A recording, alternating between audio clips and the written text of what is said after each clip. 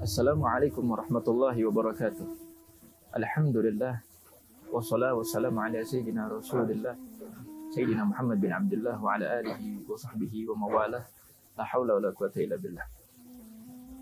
Saudaraku yang dimuliakan oleh Allah Subhanahu wa taala, puasa di bulan Ramadan. Puasa di bulan Ramadan merupakan ibadah yang sangat agung yang Allah Ta'ala tidak hanya jadikan ibadah ini untuk umatnya Nabi Muhammad, tapi melainkan untuk umat-umat sebelumnya pun Allah Subhanahu wa Ta'ala perintahkan juga untuk berpuasa.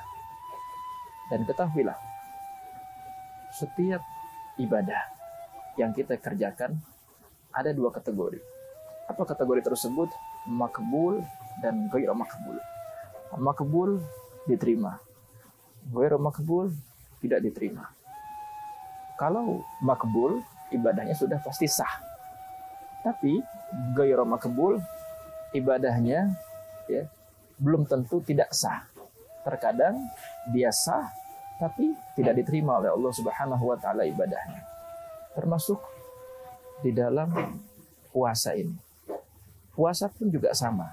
Ada yang puasanya makbul diterima oleh Allah Subhanahu wa taala dan ghairu makbul tidak diterima oleh Allah Subhanahu wa taala. Yang ghairu makbul bukan berarti puasanya dia tidak sah.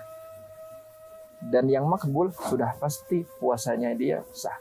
Dan pahala yang Allah Subhanahu wa taala berikan kepada seorang hamba bergantung dari kualitas puasa orang tersebut. Bukan dari sah atau tidaknya, tapi dari makbul dan ghairu makbulnya. Dari kualitas puasa ibadah yang dikerjakan oleh seorang hamba itu. Semakin bagus kualitas ibadah seorang hamba, penghambaan seorang hamba kepada Allah Subhanahu wa taala, maka akan semakin besar pahala yang diterima oleh orang tersebut. Di dalam ibadah puasa ini, bagaimana hadis dari Sayyidina Jabir bin Anas an Rasulullah sallallahu alaihi wasallam. Beliau bersabda, "Khamsun yufattirna shaim." Ada 5 perkara yang menggugurkan pahala orang yang berpuasa. Ingat, pahala orang yang berpuasa. Puasanya sah, tapi dia tidak mendapatkan apapun. Tidak diterima puasanya. Puasanya sah dari segi hukum, tapi dari segi ganjaran yang Allah Subhanahu wa taala berikan kepada dia 0, kosong. Siapa 5 orang ini? Yang pertama yang dapat menggugurkan pahala puasa adalah al-kidhib, berdusta. Berdusta merupakan suatu amalan atau perbuatan yang sangat tidak terpuji. Di luar bulan Ramadan, di luar bulan Ramadan, dosa daripada berdusta sangat besar, luar biasa. Apalagi dikerjakan di dalam bulan Ramadan. Ini yang pertama. Apabila seorang berdusta di dalam bulan Ramadan, maka ambil kabar. Pahala puasanya dia gugur, tidak mendapatkan apapun dan hanya lapar dan haus. Yang kedua adalah al-ghibah, membicarakan keburukan seseorang. Atau yang lebih kita kenal dengan gosip atau ngomongin orang. Ini pun juga sama.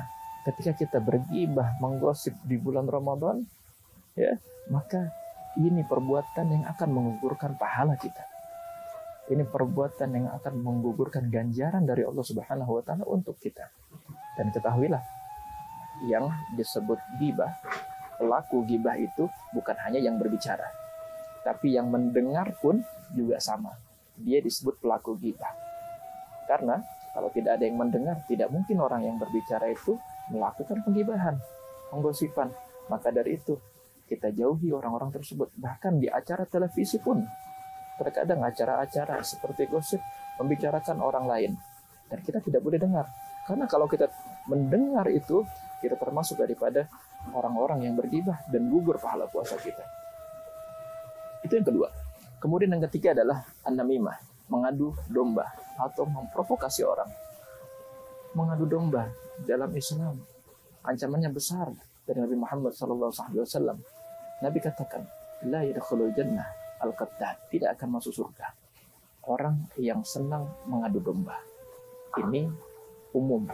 Apalagi mengadu dombanya di dalam bulan Ramadan, akan tambah besar dosa yang dia dapatkan, ancaman yang Allah Ta'ala berikan kepada dia. Na'udzubillah, na'udzubillah min dzalik. Kemudian al-yamin al-kadhibah, bersumpah palsu di bulan Ramadan. Dan yang terakhir adalah an-nazar bisyahwat, memandang sesuatu menggunakan syahwat. Ini 5 perkara yang dapat menggugurkan pahala puasa kita, yang mengurangi kualitas puasa kita, bahkan meniadakan kualitas puasa kita. Dan apabila kualitas tersebut tidak ada di dalam puasa kita, maka ambil kabar, ganjaran pun tidak akan kita dapatkan.